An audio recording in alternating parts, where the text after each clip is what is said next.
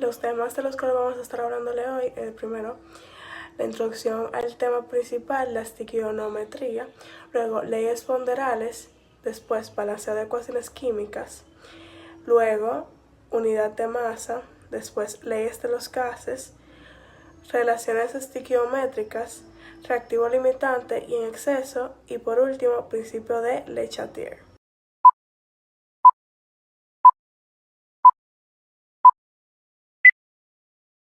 Muy bien. La estequiometría es la rama de la química que estudia las relaciones cuantitativas entre las sustancias que participan en una reacción química basándose en una ecuación química balanceada. Estas permiten calcular la cantidad de reactivos necesarios y la cantidad de productos que se obtendrán usando conceptos como el mol, la masa molar y proporciones entre sustancias involucradas. Anteriormente yo mencioné las relaciones cuantitativas. Estas se refieren a las proporciones numéricas entre las cantidades de reactivos y de productos en una reacción. Muy bien, las leyes ponderables son principios fundamentales de la química que estos describen cómo se combinan las sustancias en una reacción química en funciones de su masa. Estas leyes fueron formuladas en los siglos XVIII y XIX y son la base de la estequiometría. Estas son la ley de la conservación de la masa, establecida por Antoine Lavoisier en 1789, ley de las proporciones definidas, establecida por Joseph Louis Proust en 1794, ley de las proporciones múltiples, aunque fue Dalton que la estableció, el que se encargó de comprobarlo fue Gay-Lussac en 1804, y por último, ley de las proporciones recíprocas, establecidas por Jeremias Richer a finales del siglo XVIII, o para ser más exactos, en 1792. Muy bien, ley de la conservación de la masa. Esta fue establecida en 1789 por el químico Antoine Lavoisier. Esta establece que la masa total de los reactivos es igual a la masa total de los productos en una reacción química. Por ejemplo, como ven aquí abajo, hay una reacción química entre el yoduro de potasio y el nitrato de plomo. En esto se forma un sólido amarillo y se observa que la masa total de los reactivos es igual a la masa total de los productos. Esta observación confirma la ley de la conservación de la masa. Gracias. Ley de las proporciones definidas. En 1794, el químico francés Joseph Louis propuso que las sustancias químicas puras siempre mantienen la misma proporción de sus componentes, es decir, que un elemento químico es la agrupación de los mismos tipos de átomos y que los compuestos químicos siempre estarán hechos de los mismos elementos y en las mismas cantidades. Por ejemplo, el agua como compuesto siempre estará formada por hidrógeno y oxígeno en la relación 2:1. 2 átomos de hidrógeno por cada átomo de oxígeno. Otro ejemplo sería, como lo ven en la esquina, la preparación de óxido de zinc. Se necesitan 2 porciones de zinc por cada porción de oxígeno. Ley de las proporciones múltiples. En 1804, el científico John Dalton propuso que dos elementos pueden combinarse en diferentes proporciones para formar compuestos distintos y que esas proporciones siempre guarden una relación sencilla de números enteros. Más adelante, Gay-Lussac confirmó esta ley con pruebas experimentales. Por ejemplo, el carbono y el oxígeno pueden formar monóxido de carbono con una relación 1:1, dióxido de carbono con una relación 1:2, 2 moléculas de oxígeno y una de carbono. Otro ejemplo es la oxidación del hierro. El hierro se combina con el oxígeno para formar dos óxidos. Uno de ellos es la relación 1:1 y se forma el monóxido de hierro. En el otro, el hierro se combina en proporción 2:3 y se forma trióxido de hierro, 3 moléculas de oxígeno y 2 de hierro. Ley de las proporciones recíprocas. A finales del siglo XVIII, Jeremias Richer observó que las masas de dos elementos diferentes que se combinan con una misma cantidad de un tercer elemento guardan la misma relación que cuando esos dos elementos se combinan entre sí. Por ejemplo, el cobre reacciona con azufre, formando sulfuro de cobre. El cobre también reacciona con el oxígeno, formando óxido de cobre. Además, el azufre puede reaccionar con oxígeno, formando dióxido de azufre.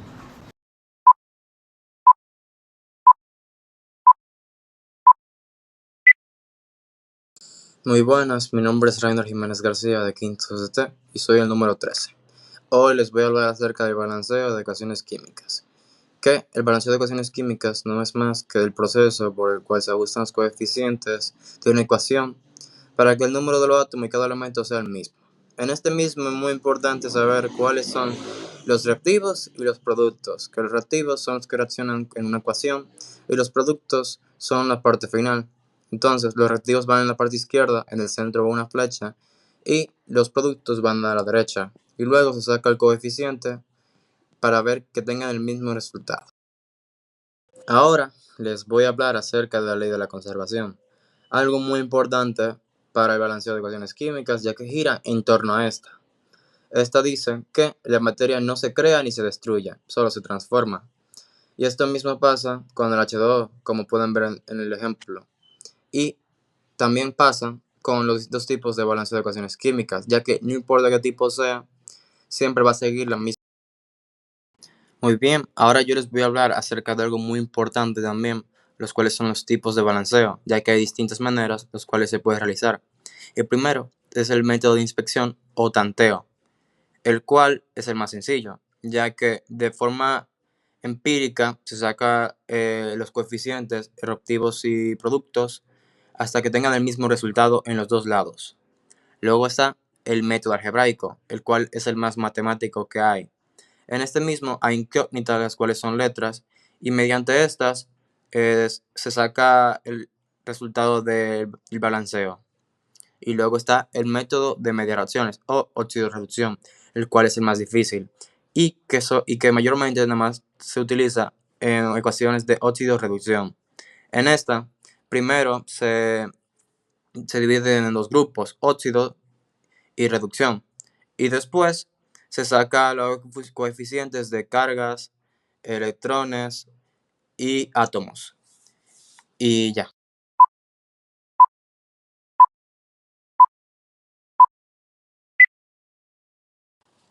Hola, mi nombre es Naomi Mora, el número 17, y yo les voy a estar hablando sobre la unidad de masa. Bien, para empezar, la unidad es una magnitud física fundamental que se mide la cantidad de materia de un cuerpo. Si una unidad en el Sistema Internacional de Unidades es el kilogramo, existen otras unidades derivadas como el gramo, el miligramo, la tonelada. Para poder darnos una idea, un kilogramo equivale a 1000 gramos y una tonelada vale a 1000 kilogramos. Bien, sin embargo, en algunos países se usan otras unidades como la libra, la onza, estas que son pertenecientes al sistema imperial. Una libra equivale a aproximadamente 0,45 kilogramos y una onza equivale a 28,35. Ahora bien, es importante poder diferenciar entre masa y peso. La masa es la cantidad de materia que tiene un cuerpo y no cambia sin importar el lugar del universo que estemos. En cambio, el peso es la fuerza que la gravedad ejerce sobre un objeto y esta varía según el lugar en el que estemos. Por ejemplo, un objeto con una masa de 10 kilogramos tendrá la misma masa en la Tierra y en la Luna, pero su peso será menor en la Luna debido a la menor. Entonces, en química, la masa es fundamental para cálculos como la masa molar, que ésta se divide por gramos por mol y permite determinar cuánta sustancia hay en una muestra. Y esta también es clave para la ley de la conservación de la masa, una propuesta por Lavoisier que establece que la masa no se crea ni se destruye, sino que se transforma. En física, la masa aparece en la segunda ley de Newton, con la fórmula que observan ahí, donde la fuerza es igual a la masa por aceleración, pero también en la teoría de la relatividad, Einstein estableció que la masa y la energía están relacionadas con la ecuación que observamos ahí. Entonces, con todo lo que escuchamos anteriormente, en conclusión, la masa es una propiedad fundamental de la ciencia y la vida diaria. Esto se usa en laboratorios, en la industria, en la ingeniería y hasta en alimentación. Cuando pesamos los ingredientes de una receta, Es una magnitud esencial que nos ayuda a comprender mejor el mundo que nos rodea. Gracias.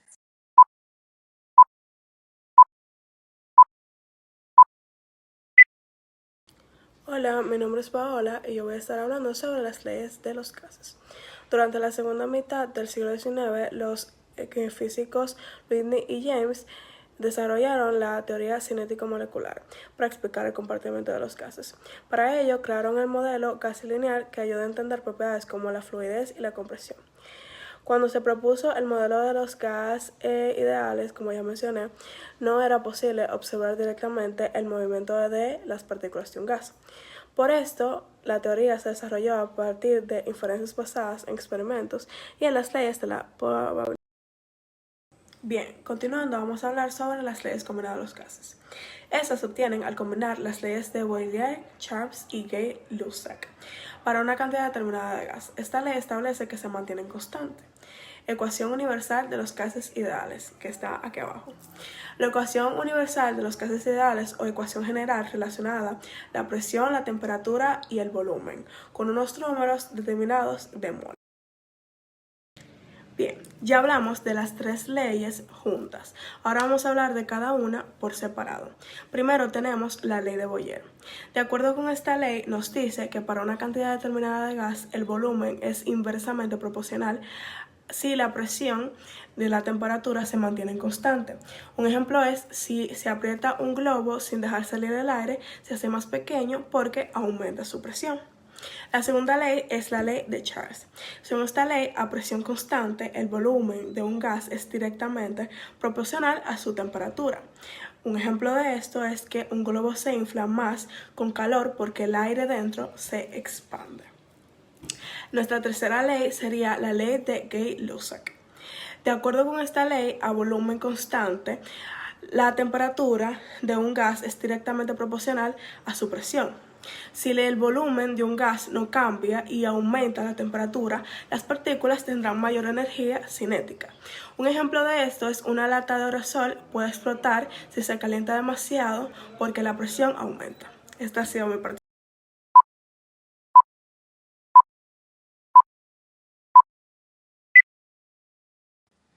Hola, yo soy Camila Morel, número 18, y voy a estar hablando sobre el tema de las relaciones estequiométricas. Bueno, todos los cálculos de las reacciones químicas se deben realizar a partir de la ecuación química ajustada o balanceada.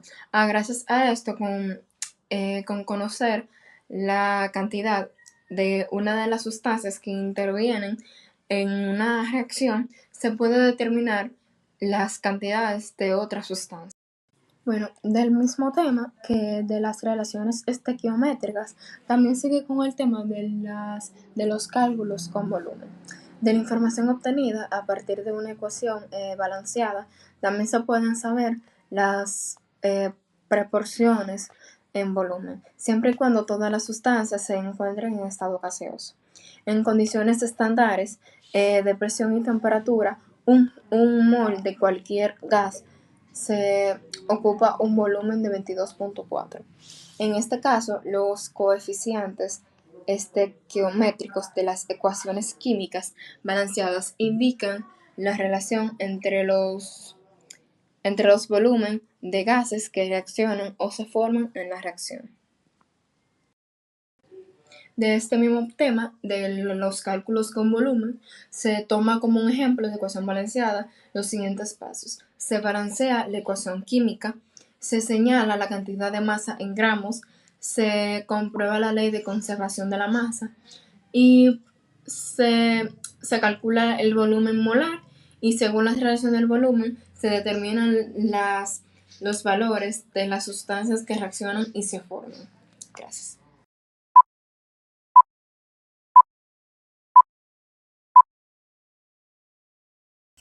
Buenos días, mi nombre es Rosalía Ramírez, soy el número 23 y el día de hoy les voy a hablar sobre el reactivo limitante y en exceso. Para comenzar, debemos de saber que en una reacción química los reactivos no siempre se consumen completamente en las porciones exactas indicadas en la ecuación balanceada. El reactivo limitante es el que se agota primero y por lo tanto impide que una reacción continúe. También es importante destacar que el reactivo limitante no siempre es el que está en menor cantidad absoluta, sino que es aquel que en relación con la ecuación química se encuentra en menor porción estequiométrica. Un claro ejemplo sería el de una vela encendida. La parafina, o sea, la mezcla de hidrocarburos, reacciona con el oxígeno del aire en una combustión. Si se coloca un vaso sobre la vela, ésta se apaga cuando el oxígeno dentro del vaso se consume completamente. En este caso, el oxígeno es el reactivo limitante y la parafina es el reactivo en exceso. Ahora voy a seguir hablando sobre la determinación del reactivo limitante y en exceso.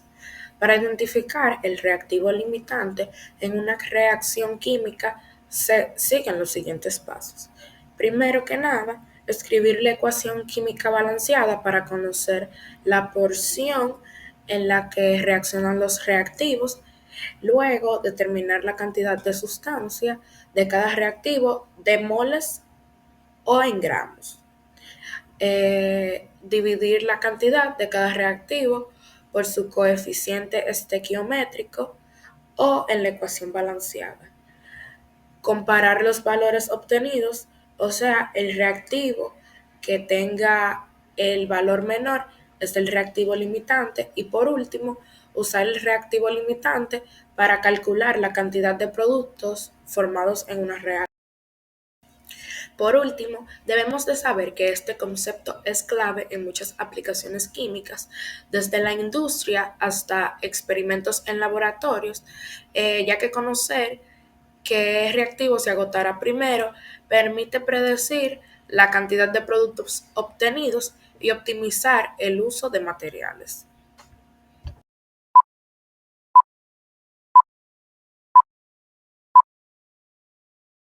Mi nombre es Ashanti y el día de hoy os estaré hablando sobre el principio de Le Chatelier. Bien, en una reacción química reversible existen dos sentidos de la velocidad. Tenemos la velocidad de reacción en el paso de los reactivos a productos, también conocido como velocidad de reacción directa, y también tenemos la velocidad de reacción en el paso de los productos a reactivos. Esta es conocida como velocidad de reacción inversa. Dichas velocidades de reacción actúan simultáneamente en todo el transcurso de la reacción. Tenemos el equilibrio químico y principio de Le Chatelier. Se dice que una reacción está en equilibrio químico si la velocidad de la reacción directa y de la velocidad de reacción inversa son iguales, permitiendo así que las concentraciones de reactivos y de productos se mantengan constantes en el equilibrio. Las variaciones en las condiciones experimentales pueden alterar este balance y desplazar la posición de equilibrio, haciendo que se forme mayor o menor cantidad del producto deseado. Este principio establece que si un sistema de equilibrio se somete a un cambio de condiciones, este se va a desplazar hacia una nueva posición con el fin de contrarrestar el efecto que lo interrumpió y así recuperarse. Factores que al variar durante una reacción química pueden alterar la condición de equilibrio. Tenemos la temperatura, que si ésta se incrementa, se favorece el sentido endotérmico de la reacción. De ser lo contrario, si ocurre una disminución de temperatura, se favorece el sentido exotérmico de la reacción. Tenemos la presión y volumen. Bien, si aumenta la presión de un sistema gaseoso en equilibrio, lo que va a pasar es que se disminuye el volumen. Entonces, el sistema se desplaza hacia donde hay menor número de moles. Mientras que si la presión de un sistema gaseoso en equilibrio disminuye, entonces el volumen va a aumentar. Es decir, el sistema se va a desplazar hacia donde haya un mayor número de moles. La variación de estos factores solo va a afectar el equilibrio químico cuando el estado de agregación del sistema es completamente gaseoso. tenemos por último la concentración, en el que si se incrementa un reactivo, el sistema lo va a consumir, favoreciendo así el sentido directo de la reacción.